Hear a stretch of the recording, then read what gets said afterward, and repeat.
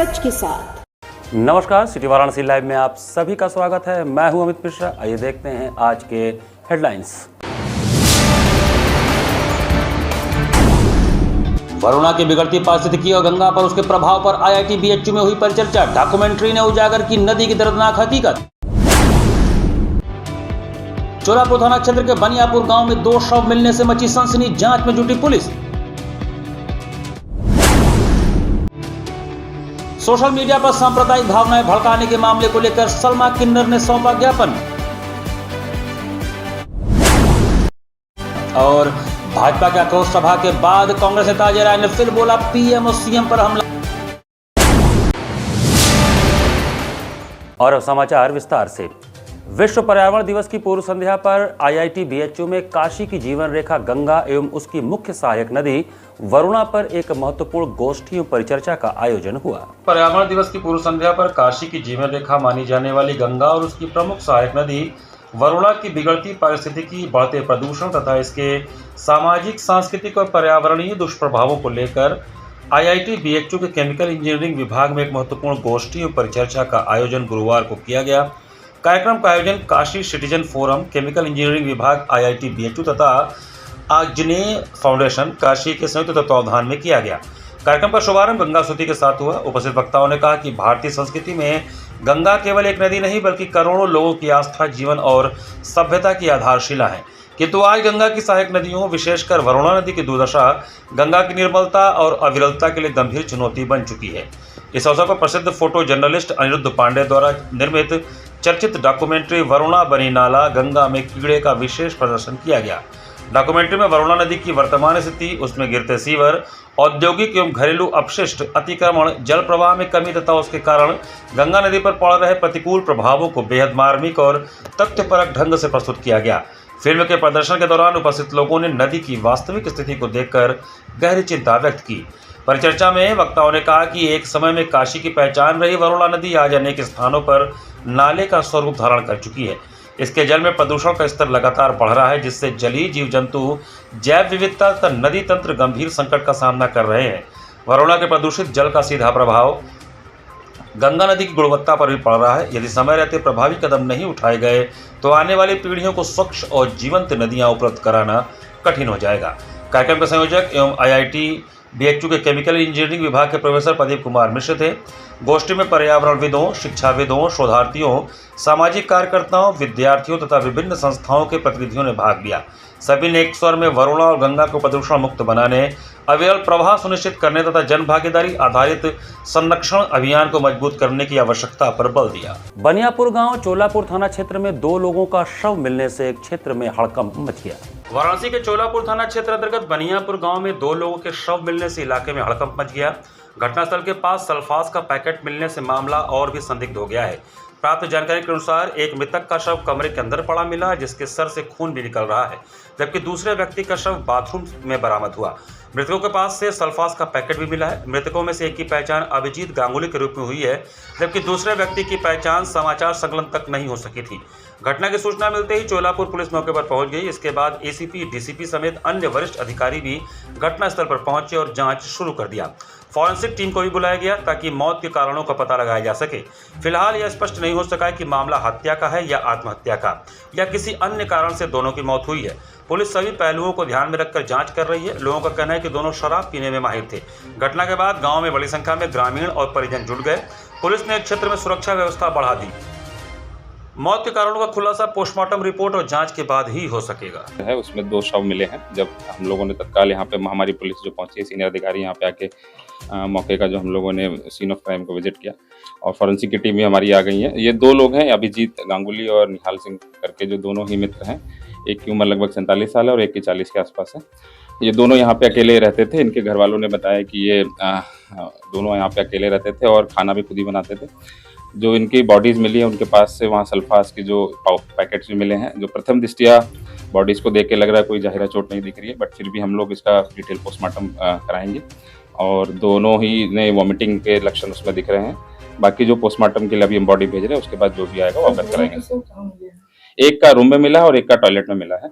और जो टॉयलेट में मिला है निहाल सिंह, उसने भी वॉमिटिंग कर रखी है और उसकी बॉडी पे भी सच अभी तो देखने से कोई चोट नहीं लग रही, बट फिर भी पोस्टमार्टम के बाद स्थिति और क्लियर हो गई। ये करते थे, बिल्डिंग कंस्ट्रक्शन का काम करते थे और ये 1 अप्रैल को निहाला सिंह यहाँ पे आए हुए हैं और 1 अप्रैल के बाद अभिजीत गांगुली भी जो है वो यहाँ पे आ गए उनके साथ। निहाला के अभिजीत के संबंध क्या है? उनसे संबंध उनकी दोस्ती का है। अच्छा, तो यहाँ पे रह के क्या ये मकान बनवा रहे थे क्या? नहीं, ये मकान अमित गांगुली का है। अच्छा, अमित गांगुली। जी हाँ। तो यहाँ पे रह रहे थे कब से? ये 1 अप्रैल से रह रहे थे। अच्छा, क्या लग रहा है कि और दूसरा जो बॉडी मिला किसका है वो?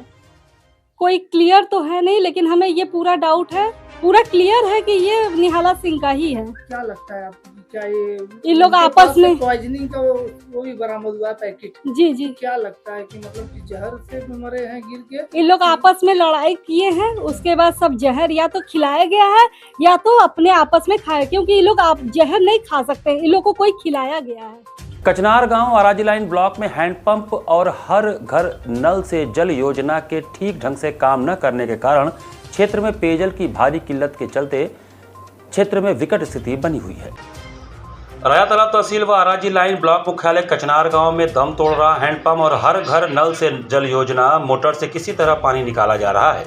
हैंडपंप और हर घर नल से जल पहुंचाने की योजना पानी नहीं दे पा रहे हैं। जहां पानी बमुश्किल 2-4 बाल्टी मिल भी रहा है, वह भी दूषित। मोटर से किसी तरह पानी निकाला जा रहा है। जिन घरों में परिवार ज्यादा है वहां पानी की आपूर्ति के लिए समरसेबुल की जरूरत पड़ रही है। पानी का यह संकट सभी मोहल्लों में गहराता जा रहा है। अधिकतर जलाशय जर्जर, दुर्दशाग्रस्त और अतिक्रमण के कारण सूखकर गंदगी व सीवरेज की शक्ल अख्तियार कर लिए हैं। प्यास बुझाने के लिए ग्रामीणों सहित मवेशियों को भटकना पड़ रहा है। लगातार क्षरण होने से यहाँ के अधिकतर जलाशयों का अस्तित्व खत्म होने के कगार पर है। इसका परोक्ष अपरोक्ष रूप से फायदा जीव जंतु मनुष्य सभी को मिलता था। पर्यावरण की शुद्धता में जलाशयों का अहम योगदान है। जलाशय से ही भूगर्भ का जलस्तर ठीक रहता है। शहरीकरण के जुनून में जलाशयों को सर्वाधिक नुकसान पहुंचाया गया। यहाँ के अधिकतर जगहों पर जल स्रोतों पर कब्जा कर लिया गया है, जिससे जलाशय के आकार घट गए।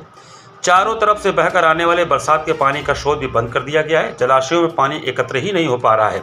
इसी वजह से गर्मी बढ़ते ही भूगर्भ का जलस्तर सरक कर नीचे हो जा रहा है। हैंडपंप गाड़ने वाले व्यवसायी सुभाष विश्वकर्मा की माने तो 10 साल पहले तक पानी का 100 से 120 फीट की गहराई में बेहतर मिलता था। अब 250 फीट से अधिक नीचे पानी फ्लो में मिल रहा है। इसलिए पुराने घरों के हैंडपंप से पानी कम व खारा निकल रहा है। विश्व पर्यावरण दिवस की पूर्व संध्या पर सामाजिक सरोकार से जुड़े रहने वाले युवक जल संरक्षण के लिए आगे आ रहे हैं। पूर्व क्षेत्र पंचायत सदस्य राजकुमार गुप्ता के नेतृत्व में युवाओं ने पूरे उत्साह के साथ जलाशयों की सुरक्षा का संकल्प लिया और कहा कि जल संकट का दौर आने का संकेत मिल रहा है। समय रहते आमजन को जागरूक नहीं किया गया तो पानी के लिए तबाही मचेगी। हम सभी मिलकर एक एक नागरिक में जागरूकता लाएंगे। तालाब, पोखरे और जल स्रोतों की सुरक्षा के लिए प्रत्येक व्यक्ति को सजग किया जाएगा। यह समस्या जागरूकता से खत्म होगी। इस दौरान राजकुमार गुप्ता, ब्रिजमोहन केशरी, श्रीनाथ गुप्त, कृष्ण मुरारी केशरी, रमेश गुप्ता, मोहन केशरी, राम बाबू केशरी आदि लोग शामिल थे। दम तोड़ चुकी है जल जीवन मिशन, उसको भी आप अमृत पिलाने का काम करें ताकि हर घर को नल से जल मिले। आज हम लोग पर्यावरण दिवस के पूर्व दिवस पर हाथ सामने करके संकल्प लेते हैं। केवल पानी का उपयोग ही नहीं करना जानते, हम पानी बचाने का भी संकल्प लेंगे, पर्यावरण बचाने का भी संकल्प ले रहे हैं। बारिश के एक एक बूंदों को सहेजने का हम लोग संकल्प ले रहे हैं। प्रदेश कांग्रेस के अध्यक्ष अजय राय ने प्रेस वार्ता कर केंद्र और प्रदेश सरकार पर जमकर निशाना साधा।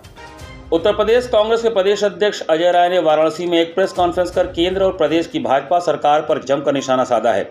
बुधवार को भाजपा कार्यकर्ताओं द्वारा उनके खिलाफ निकाली गई आक्रोश सभा का जवाब देते हुए अजय राय ने तीखे तेवर दिखाए और साफ किया कि वह सरकार की बैरिकेडिंग से डरने वाले नहीं हैं। प्रेस वार्ता के दौरान अजय राय ने अपने पुराने दिनों को याद दिलाते हुए भाजपा की दोहरी राजनीति पर सवाल उठाए। उन्होंने कहा कि एक समय था जब मैं खुद भाजपा में था और भाजपा सरकार में मंत्री भी रहा, तब मैं इन्हें अपराधी नहीं लगता था, लेकिन आज जैसे ही मैं विपक्ष में आ गया मुझे अपराधी बताया जा रहा है। अजय राय ने सरकार को सीधी चुनौती देते हुए कहा कि प्रदेश और केंद्र में सरकार आपकी है, फिर यह आक्रोश सभा निकालने की नौटंकी क्यों? अगर मैंने कोई अपराध किया है तो सीधा मुकदमा दर्ज कराइए और मुझे जेल भेज दीजिए। मैं किसी से डरने वाला नहीं हूँ और न ही मैं कोई भगोड़ा हूँ। जब तक चुनाव में प्रधानमंत्री नरेंद्र मोदी को पराजित नहीं कर दूंगा तब तक चैन से बैठने वाला नहीं हूँ। वाराणसी में सियासी गर्माहट के बीच अजय राय ने दिल्ली के एक होटल में हुए दर्दनाक अग्निकांड पर भी गहरा दुख व्यक्त किया।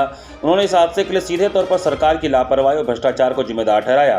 कांग्रेस प्रदेश अध्यक्ष ने कहा कि देश की राजधानी के भीतर सुरक्षा मानकों की इस तरह अनदेखी होना बेहद शर्मनाक है और यह सरकार की अकर्मण्यता का जीता जागता सबूत है। उन्होंने आरोप लगाया कि पूरी सरकार भ्रष्टाचार में लिप्त है और दमकल विभाग का एनओसी और सर्टिफिकेट पैसे लेकर बांट दिया जाता है, जिसके कारण ऐसे मासूमों की जान जा रही है। कांग्रेस के प्रदेश अध्यक्ष अजय राय ने उत्तर प्रदेश की योगी आदित्यनाथ सरकार और केंद्र की भाजपा सरकार पर जमकर निशाना साधा।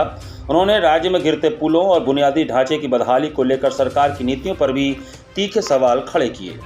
भाई मेरे ऊपर कुछ भी लगा दें, मुझे कोई भी गाली दे दें, पर जो मैंने बात उठाई है, आज जो दलित बच्ची, महोबा की दलित बच्ची को न्याय मिलना चाहिए और जितनी हत्याएं हुई हैं यहाँ पर, जितनी भी हत्याएं हुई हैं, उन हत्याओं में लोगों को न्याय मिले। ये जितनी हत्याएं हुई आप देखिए, ये इसमें न्याय मिले। हम ये बात उठा रहे हैं, मुझे जितनी भी गाली देनी हो गाली दे दो, मुझे कोई फर्क नहीं पड़ता। अभी तक मैं भाजपा में जब था तब 15 साल में था, 3 बार विधायक था, इसी भाजपा ने मुझे मंत्री बनाया था। तो मैं माफिया नहीं था, मैं अपराधी नहीं था, मेरे ऊपर मुकदमे नहीं थे। तब तो हमारे आगे पीछे घूमते रहते थे। तो भाजपा में मैं था तो माफिया नहीं था, अपराधी नहीं था, मंत्री भी बनाया। भाजपा ने मुझे मंत्री बना, सहकारिता राज्य मंत्री किसने बनाया था? भाजपा ने बनाया था। जरा इसका जवाब उनसे ले लीजिए और जितनी गाली देनी मुझे दीजिए, पर हम सही बात उठाते रहेंगे और देश के प्रधानमंत्री मोदी को घेरते रहेंगे। आपके खिलाफ कार्रवाई की भी मांग की जा रही है। अरे मैं खुद कह रहा हूं कि जितनी कार्रवाई करनी हो करो, पर इन लोगों को न्याय दे दो। उस दलित बच्ची, महोबा की बच्ची को न्याय दे दो। मुझे जेल भेजना हो तुरंत भेजो, मैं उसके लिए भागने वाला नहीं हूं। मैं भगोड़ा नहीं हूं इनकी तरह, मैं मैदान में डटने वाला हूं। और जब तक मोदी जी को बनारस से चुनाव हरा नहीं दूंगा और यहाँ से उनको भगा नहीं दूंगा, तब तक चैन से बैठने वाला नहीं हूं। सामाजिक सौहार्द और आपसी भाईचारे को बनाए रखने की मांग को लेकर सलमा किन्नर ने पुलिस प्रशासन के हस्तक्षेप संबंधी ज्ञापन को पुलिस आयुक्त को सौंपा।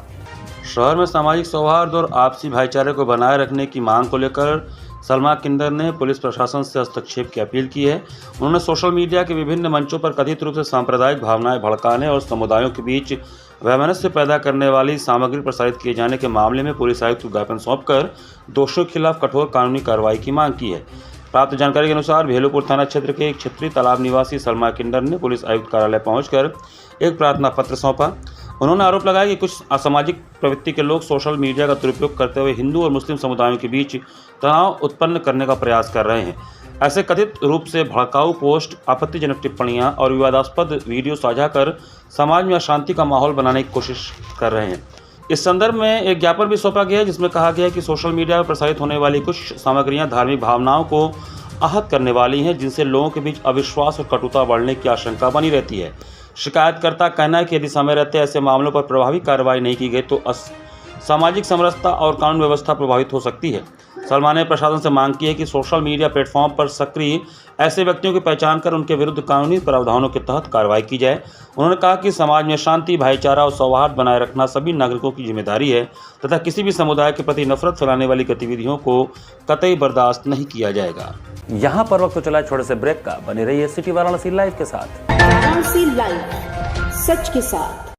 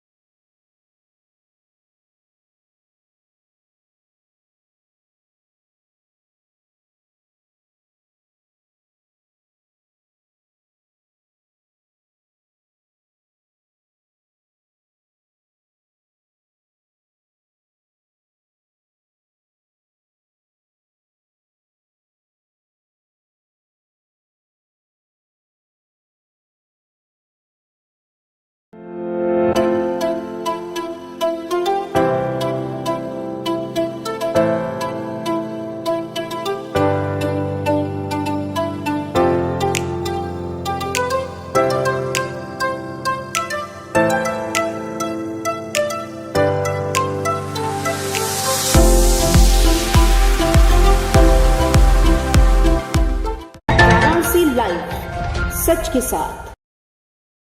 ब्रेक के बाद आपका स्वागत है। खेत बचाओ अभियान के तहत भारतीय सब्जी अनुसंधान संस्थान एवं कृषि विज्ञान केंद्र कल्लूपुर द्वारा चोलापुर विकासखंड के मरहुआ ग्राम सभा में किसान जागरूकता कार्यक्रम आयोजित किया गया। भारतीय सब्जी अनुसंधान संस्थान वाराणसी में कृषि विज्ञान केंद्र कल्लूपुर द्वारा गुरुवार को ग्राम सभा मगरहुआ विकासखंड चोलापुर जिला वाराणसी में खेत बचाओ अभियान के अंतर्गत एक गहन जागरूकता कार्यक्रम आयोजित किया गया। इस कार्यक्रम का उद्देश्य किसानों को मृदा स्वास्थ्य एवं फसल उत्पादकता में सुधार हेतु संतुलित एवं टिकाऊ पोषक तत्व प्रबंधन पद्धतियों के प्रति जागरूक करना था। अभियान में कुल 50 किसानों ने भाग लिया, जिनमें 45 पुरुष और 5 महिलाएं थीं। किसानों को अवगत कराया गया कि उर्वरकों का असंतुलित प्रयोग दोहरी हानि की स्थिति उत्पन्न करता है, जिससे एक ओर खेती की लागत बढ़कर आर्थिक बोझ बढ़ता है तथा दूसरी ओर मृदा क्षरण, मृदा गुणवत्ता में गिरावट एवं गंभीर पर्यावरणीय समस्याएं उत्पन्न होती हैं। कार्यक्रम में विशेष रूप से गोबर की खाद, अपशिष्ट अपघटन, दलहनी फसल आधारित फसल चक्र, वर्मी कंपोस्ट, केंचुए, सूक्ष्म पोषक तत्व, जैव उर्वरक, ह्यूमिक अम्ल एवं सूक्ष्मजीवी संघ, माइक्रोबियल कंसोर्टियम आदि के महत्व पर बल दिया गया, जो मृदा उर्वरता की पुनर्स्थापना तथा फसलों की वृद्धि, उपज एवं गुणवत्ता बढ़ाने में महत्वपूर्ण भूमिका निभाते हैं। यह भी बताया गया कि निरंतर फसल उत्पादन एवं गहन कृषि पद्धतियों के कारण अक्सर सूक्ष्म पोषक तत्वों की कमी उत्पन्न हो जाती है, जिसकी पूर्ति विभिन्न जैविक स्रोतों के प्रयोग से आवश्यक हो जाती है। किसानों को टिकाऊ पोषक तत्व प्रबंधन के एक महत्वपूर्ण घटक के रूप में मृदा में जैविक पदार्थों के समावेशन के महत्व से अवगत कराया गया। उन्हें बताया गया कि गोबर की खाद, कंपोस्ट, वर्मी कंपोस्ट, ह्यूमिक अम्ल एवं हरी खाद जैसे जैविक स्रोतों का नियमित उपयोग मृदा संरचना, वायु संचार एवं जल धारण क्षमता में सुधार करता है। इस बात पर भी विशेष बल दिया गया कि जैविक पदार्थ सूक्ष्मजीवी गतिविधियों को बढ़ावा देते हैं, जिससे फसलों को पोषक तत्वों की उपलब्धता एवं अवशोषण में सुधार होता है। किसानों को दीर्घकालिक मृदा उर्वरता बनाए रखने, रासायनिक उर्वरकों पर निर्भरता कम करने तथा पर्यावरणीय क्षरण को कम करने में जैविक पदार्थों की भूमिका के प्रति भी जागरूक किया गया। किसानों को टिकाऊ फसल उत्पादन में जैव उर्वरकों एवं सूक्ष्मजीवी संघों की भूमिका एवं लाभों के बारे में भी जानकारी दी गई। इस कार्यक्रम में भारतीय सब्जी अनुसंधान संस्थान वाराणसी के प्रधान वैज्ञानिक डॉक्टर अच्युत कुमार सिंह एवं वरिष्ठ वैज्ञानिक डॉक्टर प्रदीप कर्मकार, डॉक्टर श्वेता कुमारी तथा कृषि विज्ञान केंद्र के डॉक्टर अमितेश कुमार सिंह एवं श्री सौरभ ने विभिन्न विषयों पर अपने व्याख्यान दिए। श्री जगन्नाथ मंदिर ट्रस्ट के सचिव शैलेश त्रिपाठी ने सिटी वाराणसी लाइव से बातचीत में बताया कि मंदिर पर अवैध कब्जा करने वाले लोग मंदिर प्रशासन पर गलत आरोप लगाकर गड़बड़ी फैला रहे हैं। जगन्नाथ मंदिर परिसर से कथित तौर पर पुजारी और अन्य लोगों को हटाने के आरोपों पर मंदिर ट्रस्ट के सचिव शैलेश त्रिपाठी ने सिटी वाराणसी लाइव के साथ बातचीत में बताया कि मंदिर में अवैध कब्जा करने वाले लोग अब गलत आरोप लगाकर गड़बड़ी फैला रहे हैं। उन्होंने प्रशासन से ऐसे लोगों की जाँच कराने और कड़ी कार्रवाई की मांग की। उन्होंने बताया कि विरोध करने वालों में मात्र 2-3 लोग ही मंदिर परिसर से जुड़े हैं, जबकि अन्य लोगों का इस मामले से कोई लेना देना नहीं है। ऐसे में प्रतीत होता है कि किसी को उकसाने पर ही यह सब हो रहा है, जो नहीं चाहते हैं कि मंदिर का जीर्णोद्धार हो। यहाँ रह रहे थे और इनका मंदिर से कोई भी नाता नहीं है, ना ये सेवैत हैं, ना इनका कोई जुड़ाव है। ये किसी के भ्रम में आके धन के लालच में इस तरह का प्रोपेगेंडा किए हैं। ये पूरी साजिश के तहत एक बात कही गई है। इसी में रत्नेश्वर चतुर्वेदी जी द्वारा एक एप्लीकेशन दिया गया है कि ये सेवैत रहे और इसका कार्य इनके पूर्वजों द्वारा किया है। कोई इनके पूर्वजों द्वारा कोई कार्य नहीं किया गया है। ये यहाँ पर वहाँ रह रहे हैं। रहने के बाद इन्होंने झूठा वो दिया कि ये सेवैत हैं या इनके पुजारी रहे हैं, इस तरह की कोई बात नहीं है। इनके खुद का भी अपना आवास है। इनका मकान है नगवा में रत्नेश्वर चतुर्वेदी जी का। वहाँ मकान को किराए पे रख के ये यहाँ पर रह रहे हैं, एंजॉय कर रहे हैं।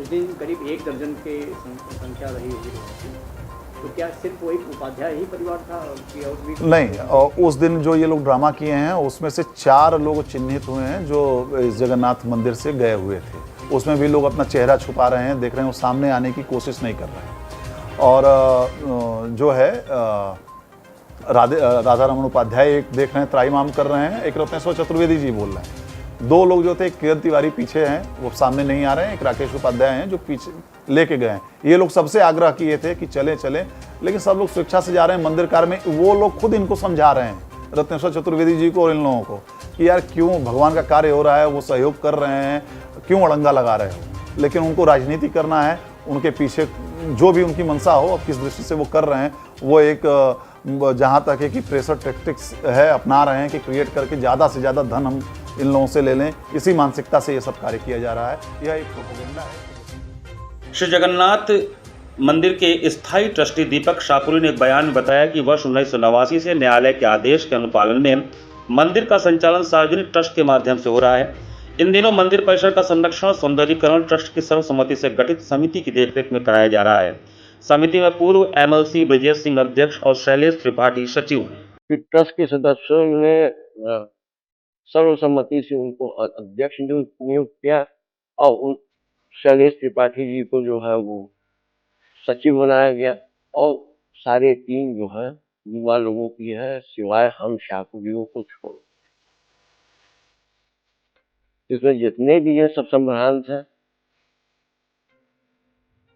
और सब कटिबद्ध हैं, दृढ़ संकल्पित है कि जगन्नाथ मंदिर का जीर्णोद्धार करेंगे, कराएंगे। उस दिशा में ये आगे बढ़ चुके हैं। और बताना चाहता हूँ कि मैं ब्राह्मण कुल का हूँ, विशुद्ध ब्राह्मण कुल का हूँ, गुजराती ब्राह्मण हूँ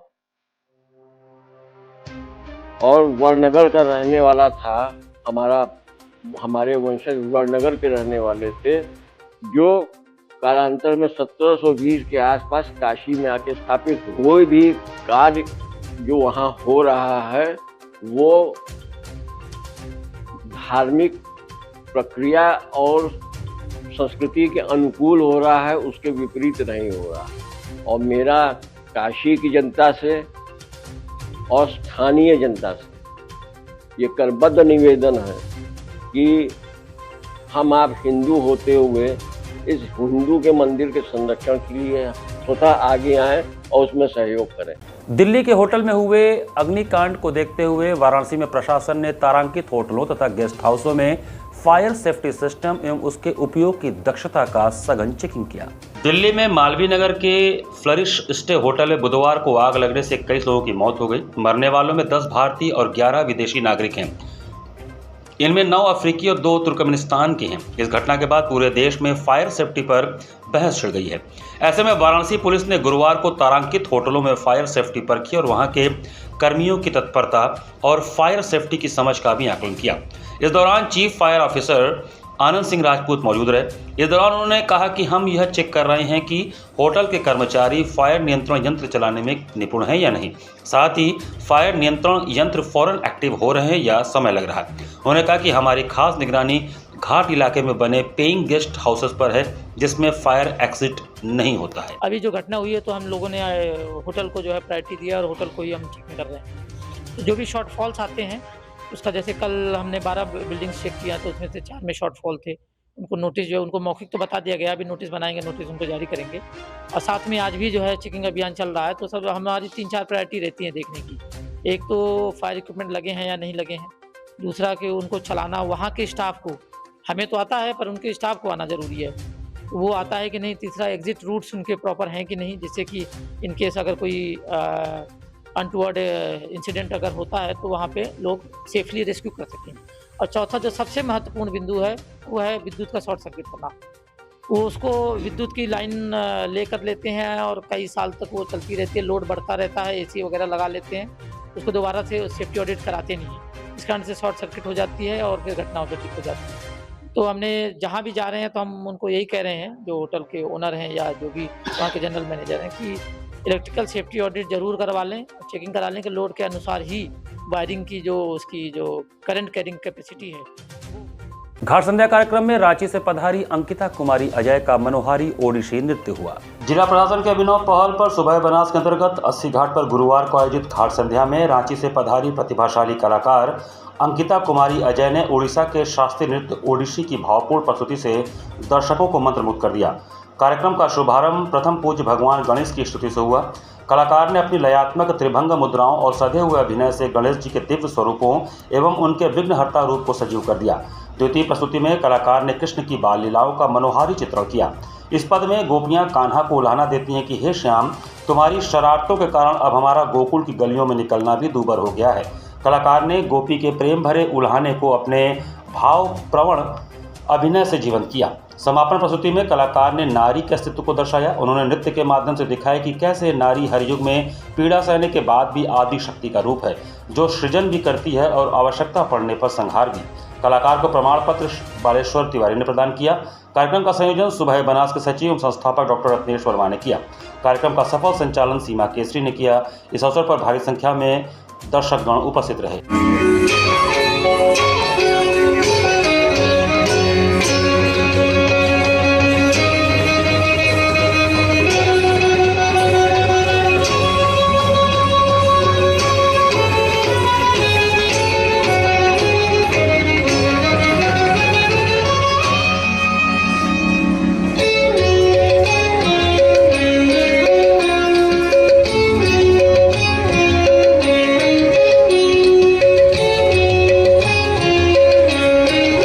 नई सुबह एक उम्मीद सामाजिक संस्था द्वारा विश्व पर्यावरण दिवस की पूर्व संध्या पर तुलसी पार्क नगवा में पौधारोपण का जन जागरूकता अभियान चलाया गया। विश्व पर्यावरण दिवस की पूर्व संध्या पर नई सुबह एक उम्मीद सामाजिक संस्था द्वारा एक पौधा उम्मीद का एक कदम हरियाली से जलवायु परिवर्तन की ओर थीम के अंतर्गत नगवा वार्ड के डुमराव बाग कॉलोनी स्थित तुलसी पार्क में पौधारोपण कर पर्यावरण संरक्षण के लिए जन जागरूकता अभियान चलाया गया।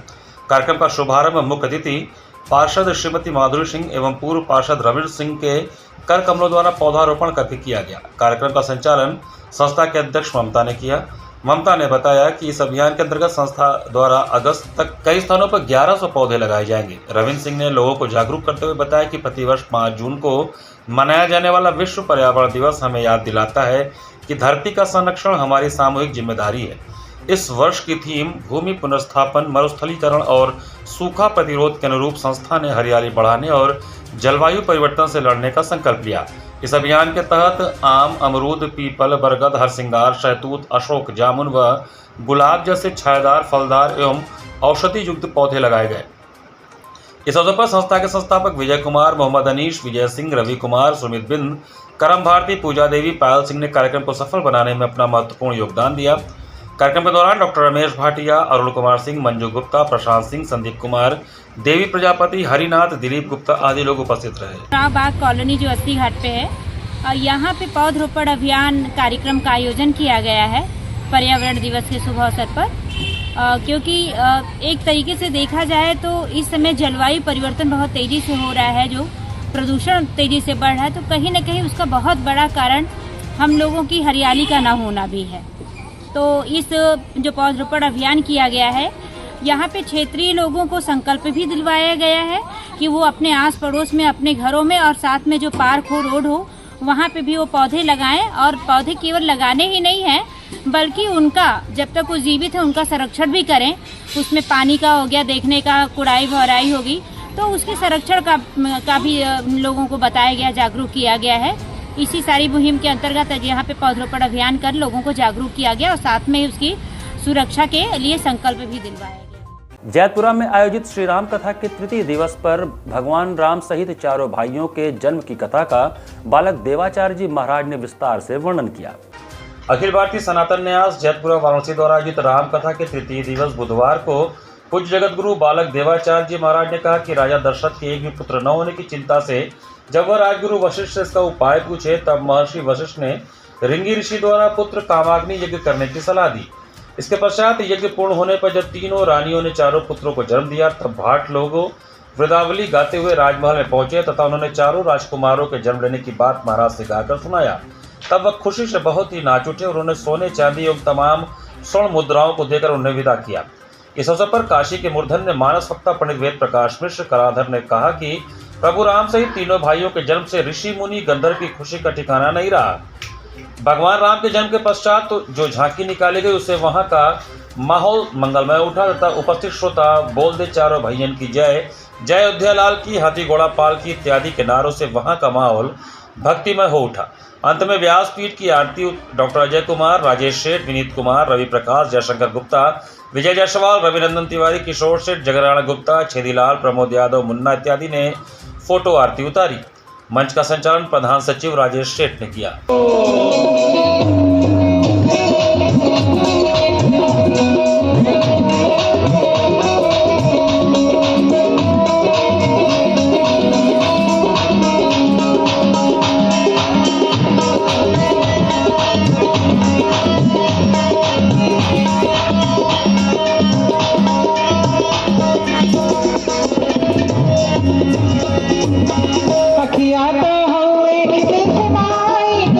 नकिया तो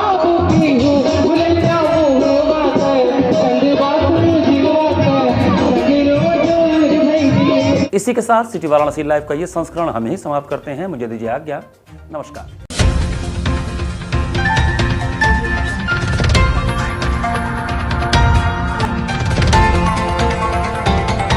वाराणसी लाइव, सच के साथ।